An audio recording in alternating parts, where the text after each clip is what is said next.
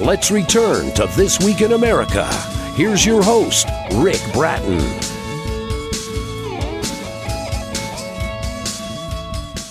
Welcome back, everybody, coast to coast, This Week in America. The book, Ducky, Life Letters by Michael Dymond, is about the life of two young people, Donald and Phyllis, which took root and survived through hundreds of love letters.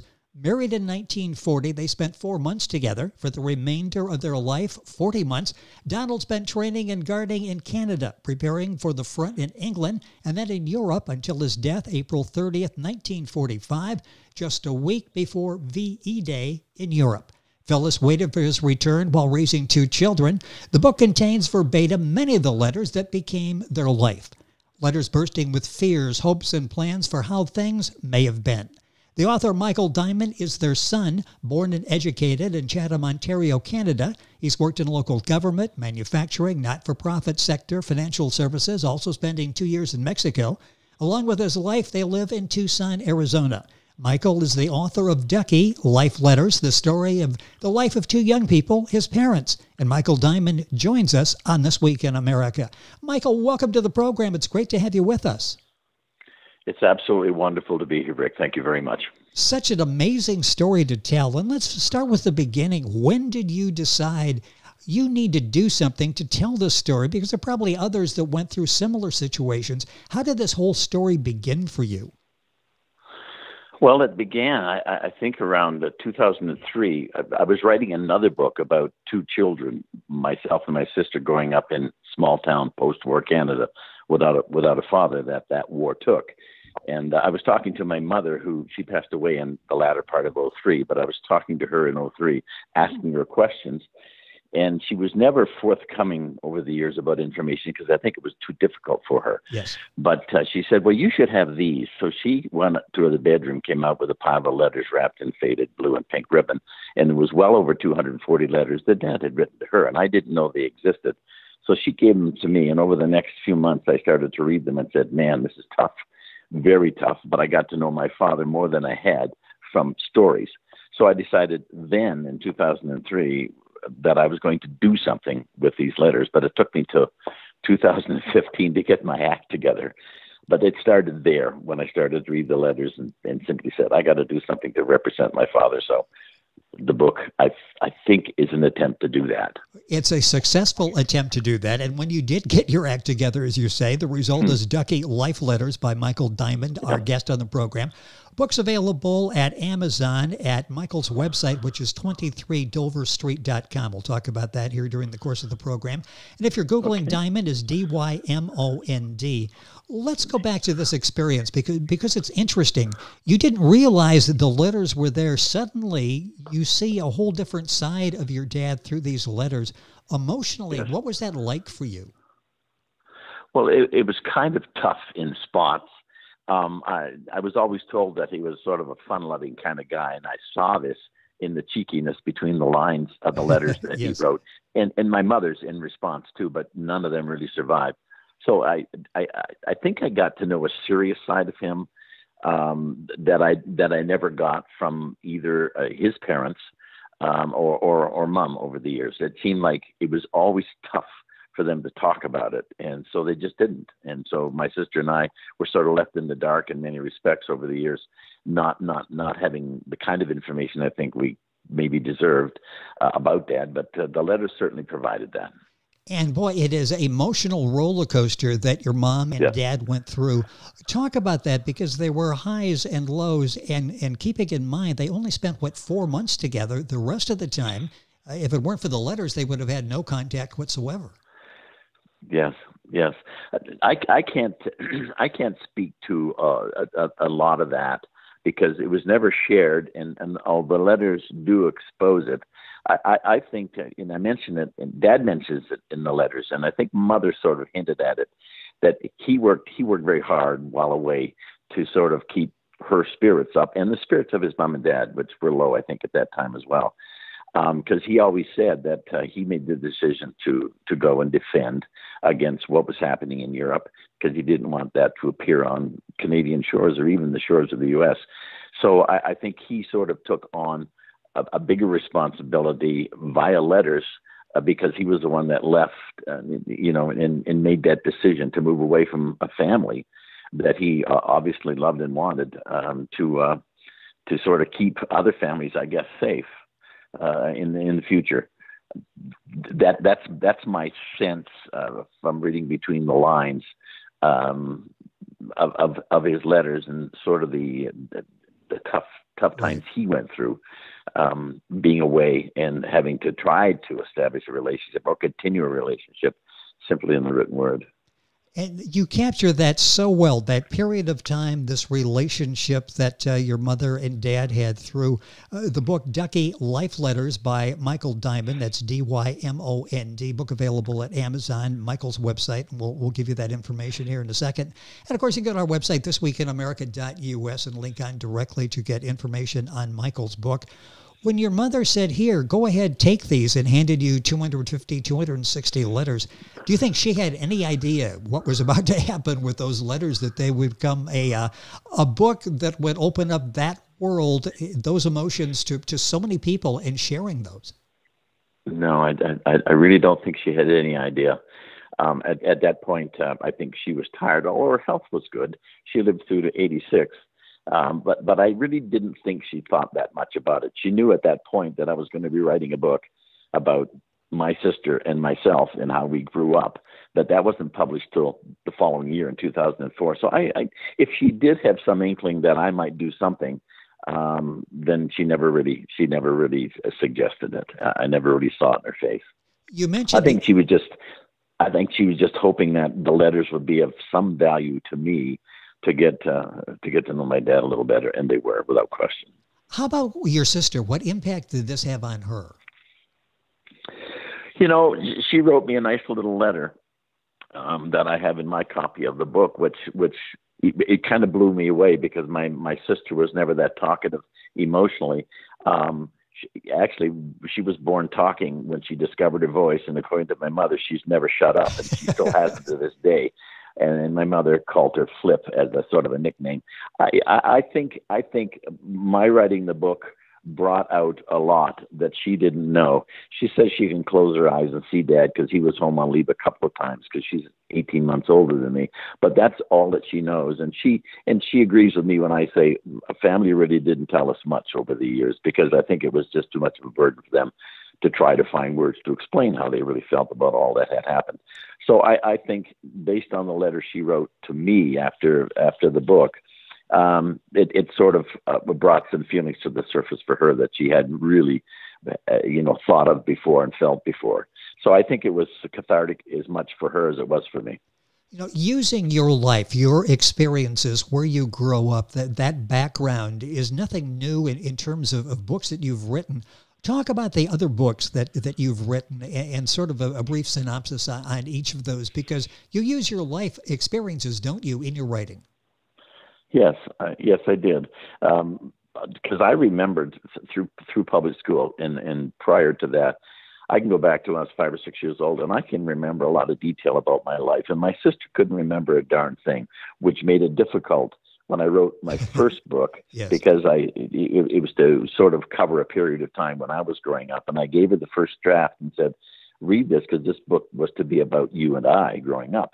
And she read it, and then she made a note on a little piece of paper that said, well, I remember this, I remember this, and I remember this. And that was it. So she added nothing at all to the book that I was going to be writing about us. And she said very clearly, it's just about you. And I said, well, okay, that'll be the name of my first book, which is just about me. So what I tried to do was, capture, 1948 to 1958, those 10 years that I was at public school. I tried to capture our life and even bring a little history of the community of Chatham in with it.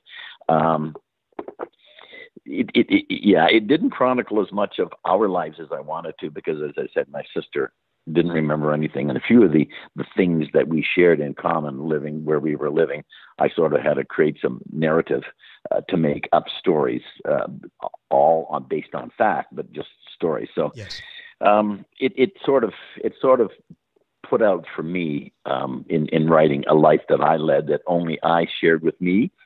And my sister never did, because I was always in trouble and running around the streets, as my grandmother would say, and Margot was a good angel that sat at home and did the bidding of mom and grandmother. So she never really saw the world that I saw. But I tried to represent that in my first book, and I don't know, a few people that have read it have said I did it very well. It's not extremely great writing, because I discovered that I'm not a writer, but I had a story to tell, so I wanted to tell that. Well, you are an excellent storyteller. Yes, and what other books have you written as well? Because that was just the beginning. Well, one of the things that I look back on, and I don't blame my family or my mother for this, but we didn't have the kind of stuff that I tried to, bring into my daughter's life when she was young, and my second wife's children as well, is to engage with them when they're young.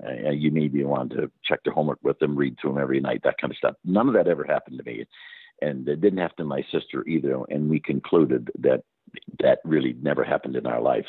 So I had difficulty as a kid engaging in conversations with the people that I liked and wanted to hang around with, both in the neighborhood and at school. So what I did, starting when I was a teenager, I started making notes, and I made notes all the way through high school and right into college. And the second book I wrote was just a listing of 30 years of those notes. The book is The Sail Needs the Wind, and that just talks about the challenges that we all face in life, and some challenges that I wasn't necessarily equipped to face when I was young. But I think over the years I've learned how to do that. So the second book is just, do you recall a writer by the name of Hugh Prather that wrote a book called Notes to Myself many years ago? Oh, yes. That book really inspired me, and I tried to copy that format in The Sail Needs the Wind by just talking about things that I thought about and wrote about that I wasn't able to talk about out loud to family and friends. So that was the second book.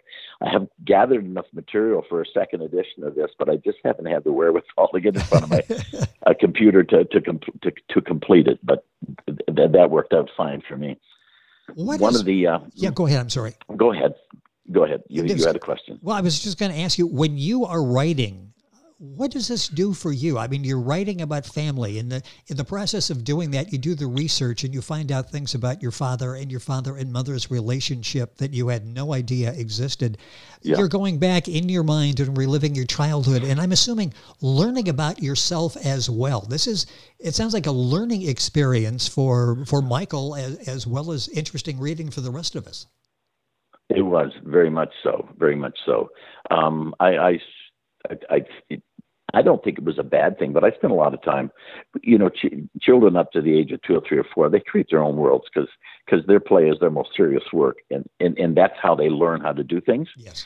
I think in making notes and creating sort of a storyboard of my life, which helped to write that book, helped me to think about the stuff that I liked and didn't like about my childhood, and to express it and to sort of get it off my chest, so that I shouldn't feel bad about it, that probably a lot of other kids went through the same stuff. Maybe they didn't have the ability to deal with it that I had. And I think it just made me feel more fulfilled as an individual and as an adult. And I guarantee you there will be people that will read that will go, that sounds like me as a child. So I think it is helping other people as they read the books. With us on the program is Michael Dymond. That's Dymond. The book specifically we're talking about is Ducky, Life Letters. The book available at Amazon. You can go to our website, thisweekinamerica.us, and link on directly to the Amazon site. Michael's website is 23doverstreet.com. Talk about the significance of 23 Dover Street. Well, that's where we were born and raised. That's where I spent the first 16 years of my life. When my sister was born back in February the first 42, I think Mom's mom, my grandmother, wanted her to be at the house when Dad went away. So my mother always said mother stretched the house, but she actually added a room to the back of the house on 23 Dover Street, which was our home, my home, my sister's home, my mother's home for the ensuing 16 years. So it was a haven. It was a haven for me. It was the center of all my activities in the neighborhood, which at that time I very clearly said that I own this neighborhood, and I play on all the streets and I play in all the backyards. So 23 Dover Street was where I grew up, and that was home to my sister and I, and that's the significance of the book. it's just about me, 23 Dover Street, because that's where it all started. And that's where my life started. Michael's website, where you can get more information, 23doverstreet.com. What are you working on now? Well, as I mentioned a second ago, I have enough information to put together a sequel to Sale Needs to Win, but I haven't got myself to the keyboard to sort of organize that, although a lot of it's already typed out. On 23 Dover Street, right next door, 25 Dover Street, a young lady lived by the name of Linda. We'll leave the last name out of it. And she was more my sister's age, and they did chum a bit. But she sort of ignored me the whole time because I was a bit of a trouble kid. So for many, many years, she was just the girl next door that I never really got to know. And I know that there's probably hundreds of kids, both male and female, that had a girl or a boy next door that they knew or didn't know and wanted to get to know. So I decided I would write a book about, I've started it significantly. I'm significantly into it, but it's called just A Girl Next Door, and I'm trying to write about a young character, 10-year-old boy's attempt to get to know this girl next door who totally ignored him. And he eventually reverted to finding a book of spells that his dad had, and he was trying to create a spell that would make this girl at least notice him. So that's a book I'm working on. I love that topic. Whether it'll be completed. Well, get your act together and do that here, because that's a book that we can all relate to, Ted. And yeah, there's the 18-year-old girl down the street. I didn't realize 8 years would make that much difference. Didn't mentally to me. I thought we'd work out fine, but I know exactly what you're talking about there. Got a couple of minutes left in the program. What is this experience, this book, Ducky Life Letters, meant to you and your family? 3 children, 6 grandchildren. All of a sudden, for your children and grandchildren, they really have a whole new perspective of who they are, where they come from. They're your parents, don't they? Yes, I think so. I think my daughter, she had pictures and some stories about her grandfather, but there wasn't a lot. And I think my writing the book gave her a better handle on who her grandfather was. And I'm hoping that our grandchildren, and my daughter has 3 girls, that they have read this and to some degree have understood that they have a great grandfather out there somewhere that meant something to their mother, and certainly meant something to their grandfather. I think it sort of it gave a closure, maybe, if that's a good way to express it. They know we had a grandfather out there, but I didn't really know him, and this book helped me get to know him. So I think it's a bit of closure to that part of their life that perhaps was empty.